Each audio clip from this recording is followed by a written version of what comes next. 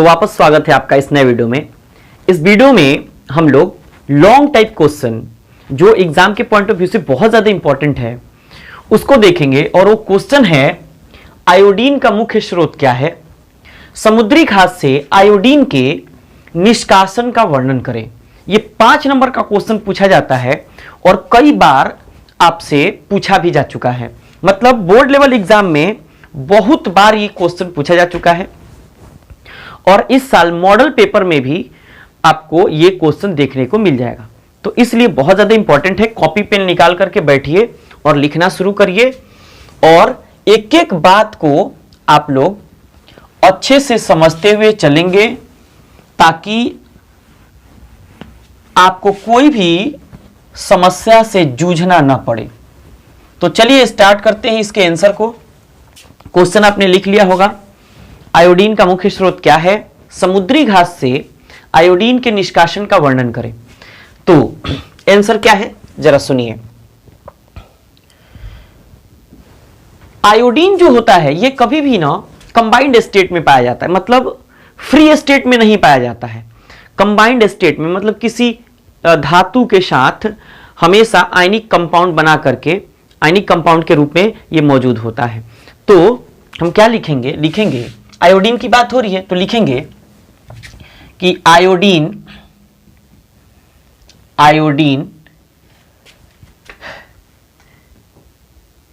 प्रकृति में संयुक्त अवस्था यानी कि कंबाइंड स्टेट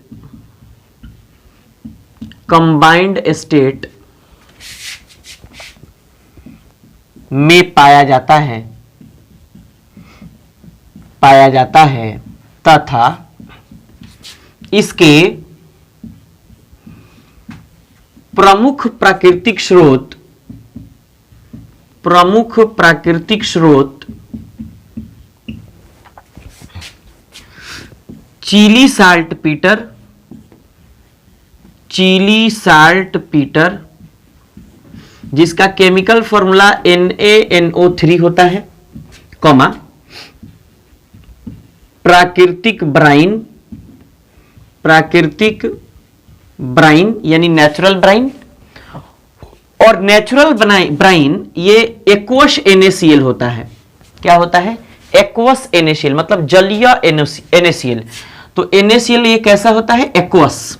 तो हम लिख देते हैं इधर एक्वस NaCl। क्लियर?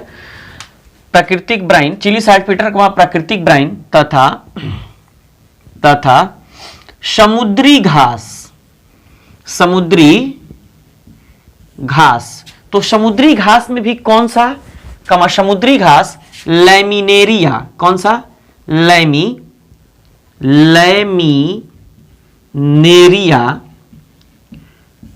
होता है। समुद्री घास लैमिनेरिया होता है।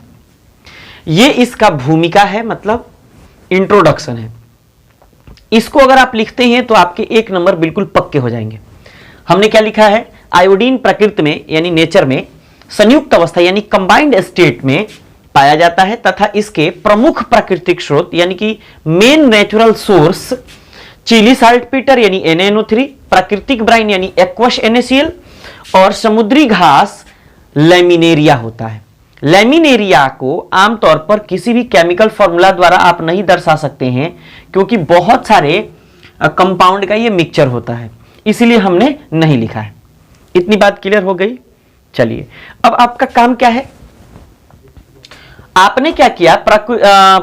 प्राकृतिक स्रोत आपने लिख दिया। अब दूसरा काम क्या है कि लैमिनेरिया जाति से माने लैमिनेरिया से या समुद्री घास से, जो कह लो समुद्री घास से आयोडीन निष्कासित करने का अब आपको प्रक्रिया बताना है। तो क्या कहेंगे कि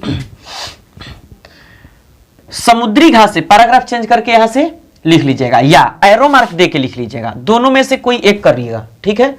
तो सुनिए, कहिएगा कि समुद्री घास से या समुद्री घास लैमिनेरिया से, समुद्री घास लैमिनेरिया से आयोडीन प्राप्त, एकदम जो भाषा हम बता रहे हैं ना, एकदम आप केवल सुनते हुए चलिएगा ना तो भी याद हो जाएगा। लैमिनेरिया से आयोडीन प्राप्त करने की प्रक्रिया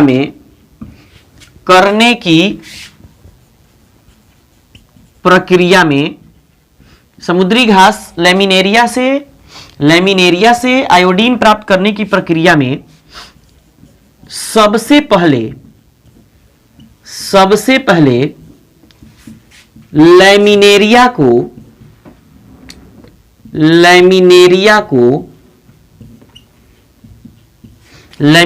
को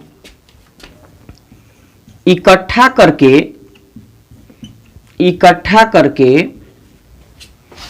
सुखाया जाता है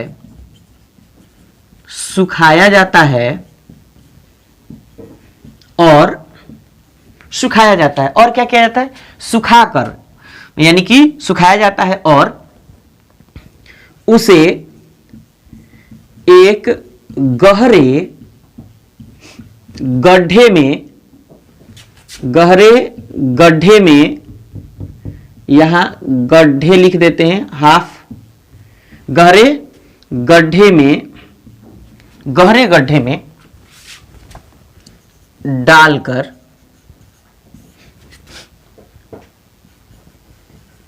जला दिया जाता है। बात क्लियर हो गई? अब सुनिए, समुद्री घास से लैमिनेरिया से आयोडीन प्राप्त करने की प्रक्रिया में सबसे पहले लैमिनेरिया को इकट्ठा करके सुखाया जाता है, उसे एक गहरे गड्ढे में डालकर जला दिया जाता है और प्राप्त राख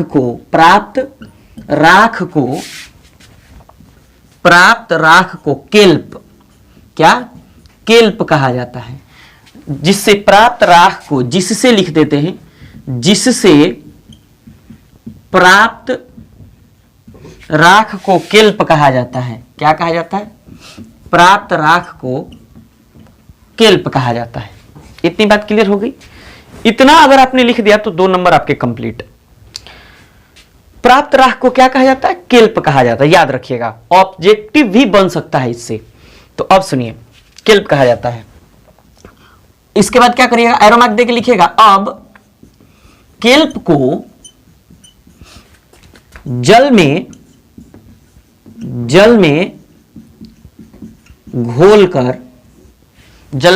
घोलकर उसके अघुलनशील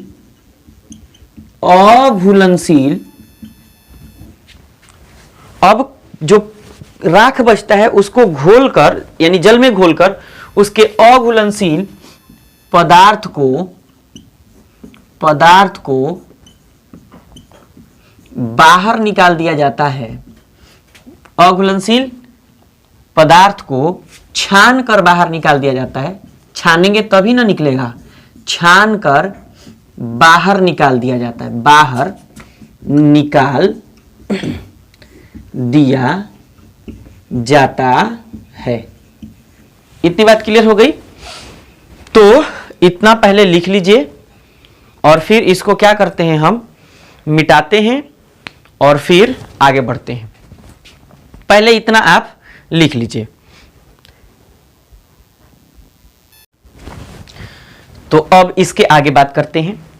यहीं से ना आप लिखिएगा, जो अगला स्टेप लिखेगा उसमें तो यहीं से लिखेगा। कहां से? देखिए, अब केल्प को जल में घोलकर उसके अघुलनशील पदार्थ को छानकर बाहर निकाल दिया जाता है और वहीं से लिखना है, उसके आगे से स्टार्ट करना है। तो बाहर निकाल दिया जाता है, इसके बाद बाहर निकाल दिया जाता है। उतना हो गया। चलिए फिर आगे की बात करते हैं। देखिए, और यही आपको बता रहे हैं कि इससे पहले हमने लगभग ना 15 से 20 वीडियो, हाँ 15-16 लगभग 20 वीडियो आपको प्लेलिस्ट में मिल जाएगा। वहाँ से शॉर्ट टाइप, लॉन्ग टाइप का भी जितने क्वेश्चन हैं उनका वीडियो आप देख लें तो आपका एग्जाम अच्छे से बिल्कुल क्लियर हो जाएगा। तो चलिए आगे बढ़ते हैं और हम बताना ये चाह रहे थे कि बस आपकी तैयारी बेहतर हो, यही हमारी कामना है।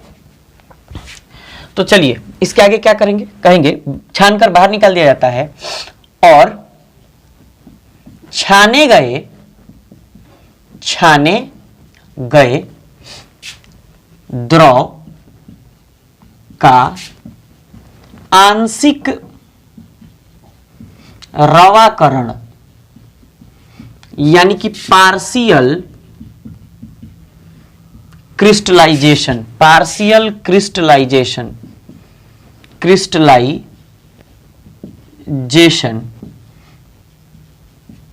किया जाता है, जिससे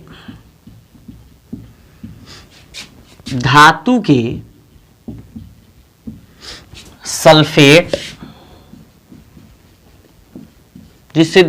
सल्फेट, या आप ऐसे भी कह सकते हैं जिससे सल्फेट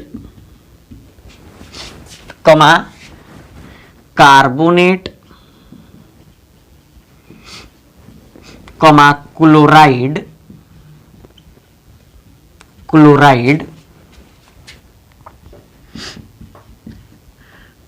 बाहर निकल जाते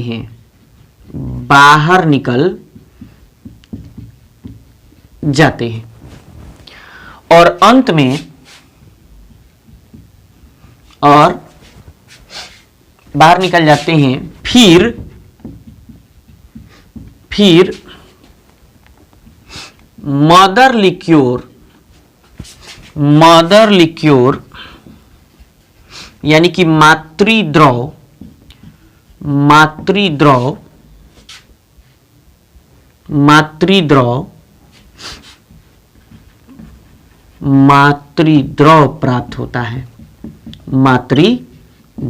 प्राप्त होता है, जिसमें आयोडीन सोडियम आयोडाइड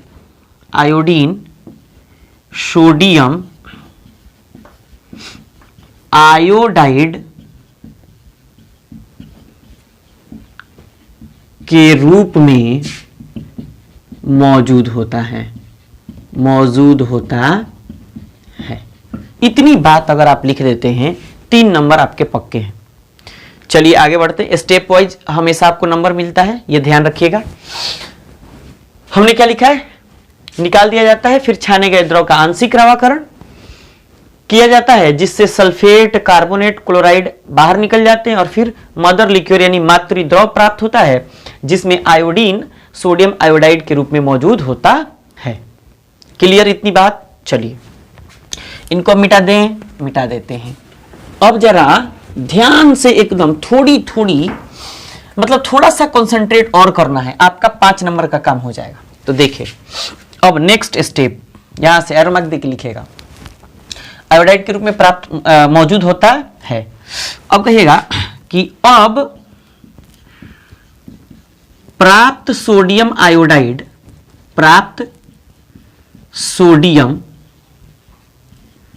आयोडाइड यानी कि NaI को मैग्नीज डाइऑक्साइड, जिसको पाइरालुसाइड भी कह सकते हैं आप, मैग्नीज डाइऑक्साइड सांद्र यानी कॉन्क H2SO4 के साथ मिक्स कर गर्म किया जाता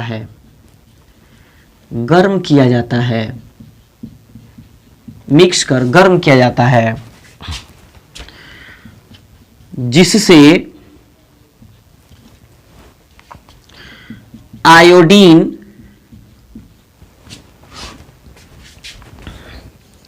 वाष्प अवस्था में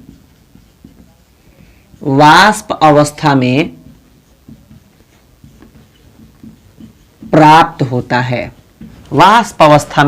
होता है। ये बात ना, ये जो लाइन है ना, इसका रीढ़ का हड्डी है। अगर ये लाइन आपने नहीं लिखा तो समझिए कि आपको एग्जामिनर नंबर नहीं देगा।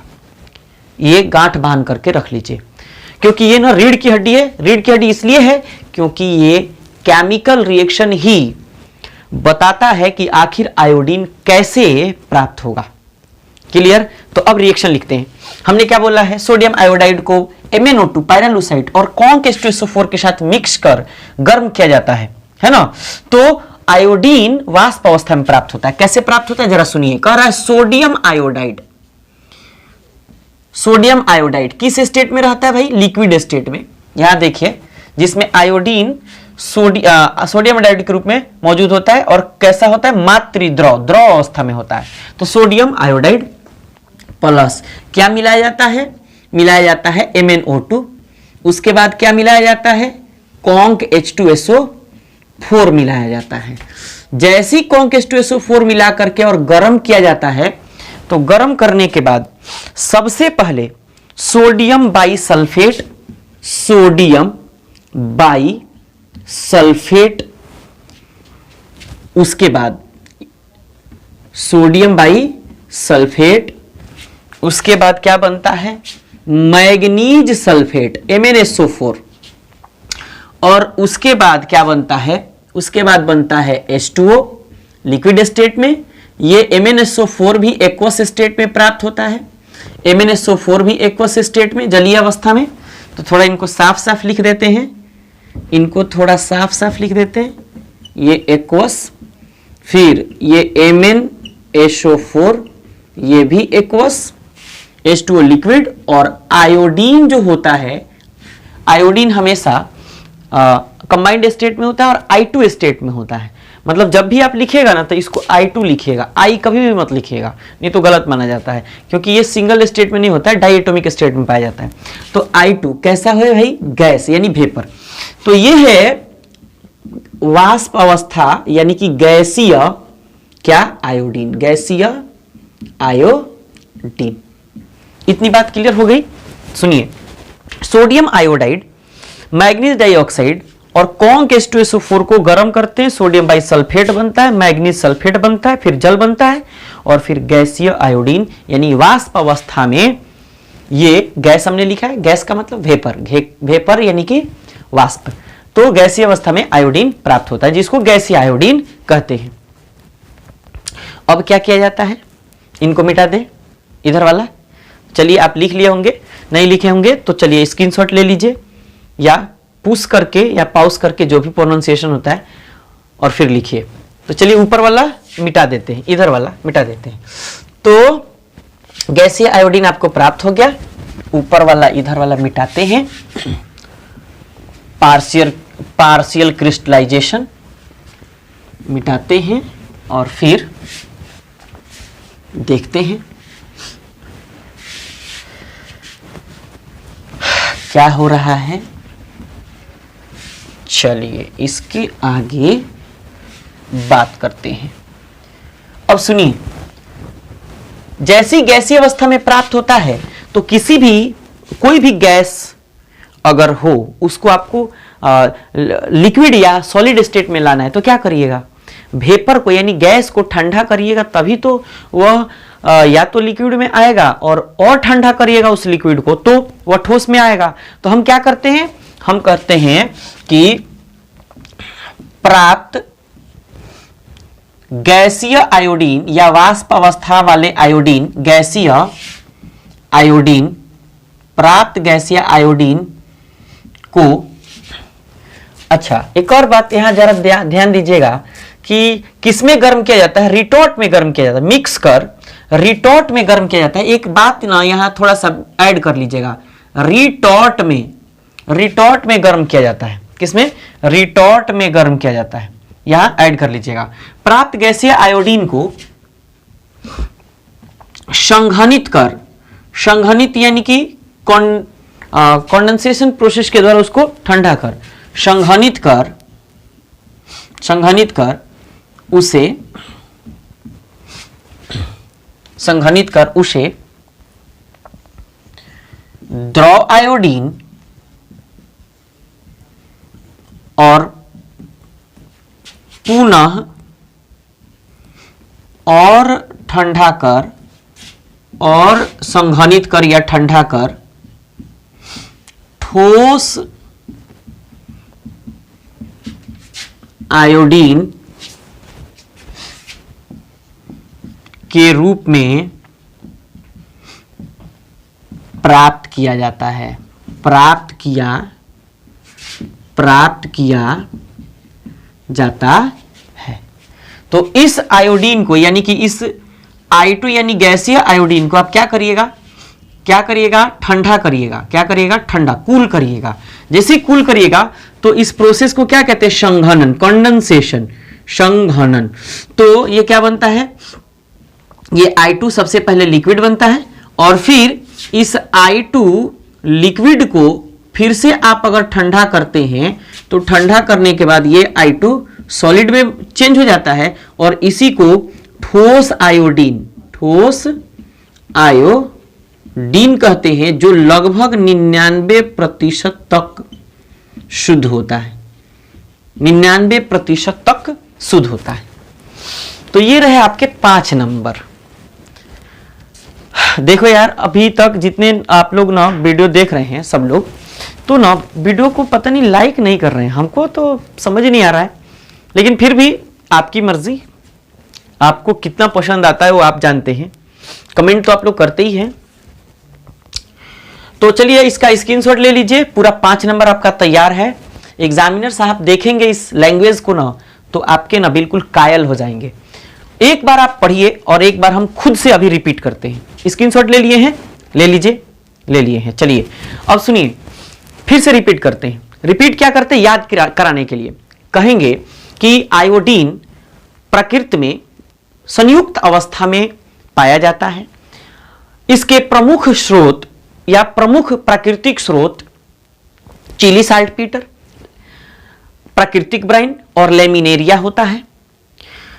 लेमिनेरिया अर्थात समुद्री घास से आयोडीन प्राप्त करने की प्रक्रिया में सबसे पहले लेमिनेरिया को चारों तरफ से इकट्ठा कर उसे सुखा लिया जाता है। सुखा करके एक गड्ढा खोदा जाता है और उसमें गड्ढे में डालकर उसे जलाया जाता है। जलाने के बाद जो राख प्राप्त होता है उसे केल्प कहा जाता है और प्राप्त केल्प को जल में मिलाकर उसे घोला जाता है। घोलने के बाद उसमें जो अघुलनशील पदार्थ होता है उसे छान लिया जाता है और छान करके जो द्रव बचता है उसका आंशिक रवाकरण किया जाता है। आंशिक रवाकरण का मतलब होता है कि उसको धीरे धीरे गर्म करना ताकि वह क्रिस्टल के रूप में प्राप्त हो जाए। तो उसमें जो सल्फेट और कार्बोनेट और क्लोराइड क्रिस्टल के रूप में प्राप्त होते हैं और उनको बाहर निकाल दिया जाता है। और अब जो मदर लिक्योर यानी कि मातृद्रव सोडियम आयोडाइड का बचता है उसको हम लोग क्या करते हैं? सोडियम आयोडाइड का बचता है, उसमें आयोडीन सोडियम आयोडाइड के रूप में मौजूद रहता है।